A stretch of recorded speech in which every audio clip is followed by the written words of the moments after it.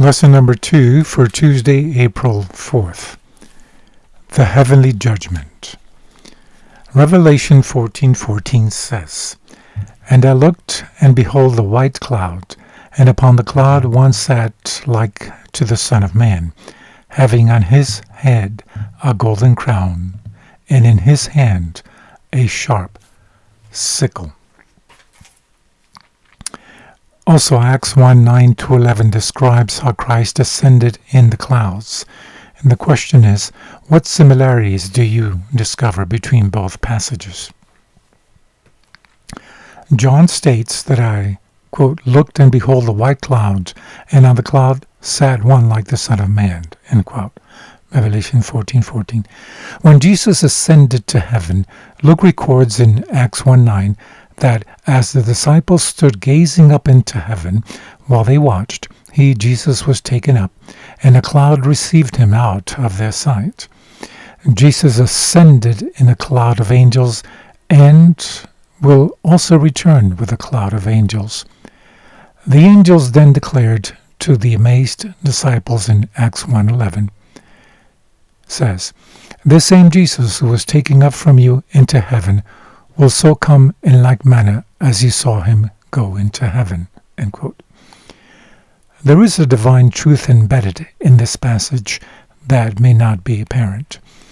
The same Jesus, the Son of Man, the one who walked the dusty streets of Nazareth, ministered in the crowded streets of Jerusalem, healed the sick in the villages of Israel, and preached on the grassy hillsides of Galilee, is coming again. The Son of Man also mentioned in the light of the judgment in Daniel 7. Daniel 7, 9, 10, 13, and 14 describe the Son of Man as well. And the question is, why did Daniel call Jesus the Son of Man? In something as serious as the judgment? What, given what we have already looked at, should be comforting in knowing that the Son of Man is so central to judgment. In Daniel 7, 9-10, it says, "I beheld till the thrones were cast down, and the Ancient of Days did sit, whose garment was white as snow, and the hair of his head like the pure wool. His throne was like the fiery flame, and his wheels as burning fire. A fiery stream issued and came forth from before him. Thousands ministered to him, and 10,000 times 10,000 stood before him. The judgment was set, and the books were opened." Verse 13, "I saw in the night visions, and behold, one like the Son of Man came with the clouds of heaven, and came to the Ancient of Days, and they brought him near before him." Verse 14, "And there was given him dominion and glory, and a kingdom, that all people, nations, and languages should serve him. His dominion is an everlasting dominion, which shall not pass away, and his kingdom that which shall not be destroyed." Daniel views the seating of the heavenly court with 10,000 times 10,000 angelic heavenly beings gathered around the throne. The judgment is set, and the books, the celestial records of our lives, are open before the universe. In Daniel 7:13 and 14, the Son of Man approaches the Ancient of Days as the Father and receives his eternal kingdom. The judgment reveals before the entire universe that the Father, Son, and Holy Spirit have done everything possible to save all humanity. This judgment vindicates not only the saints, but also God's own character against the false charges of Satan.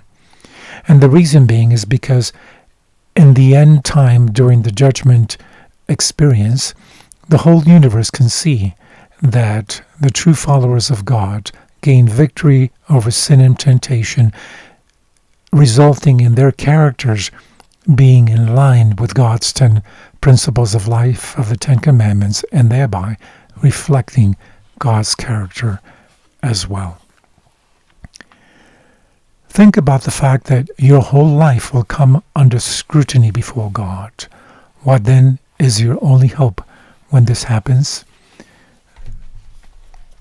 From the book 9T 185, it says, Christ humbled himself to stand at the head of humanity, to meet the temptations and endure the trials that humanity must meet and endure.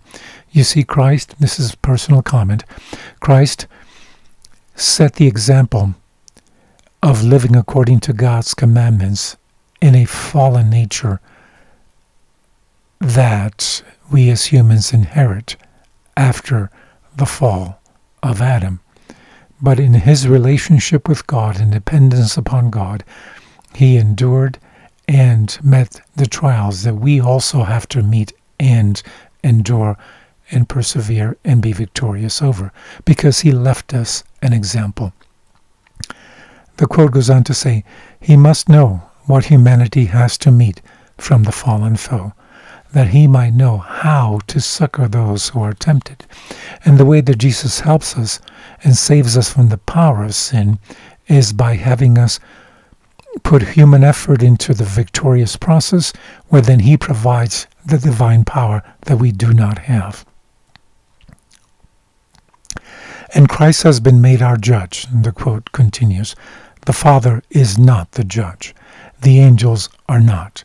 He who took humanity upon himself and in this world lived a perfect life is to judge us. He alone can be our judge.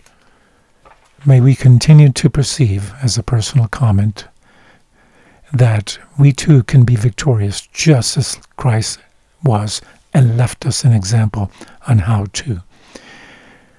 In the judgment, we'll be judged by the types of character that we developed in this life, which in turn will determine our destiny after the initial rescuing or salvation that Christ provided for us. May you continue to be victorious so that you can pass the heavenly judgment and be able to enter the courts for eternity. Have a blessed day.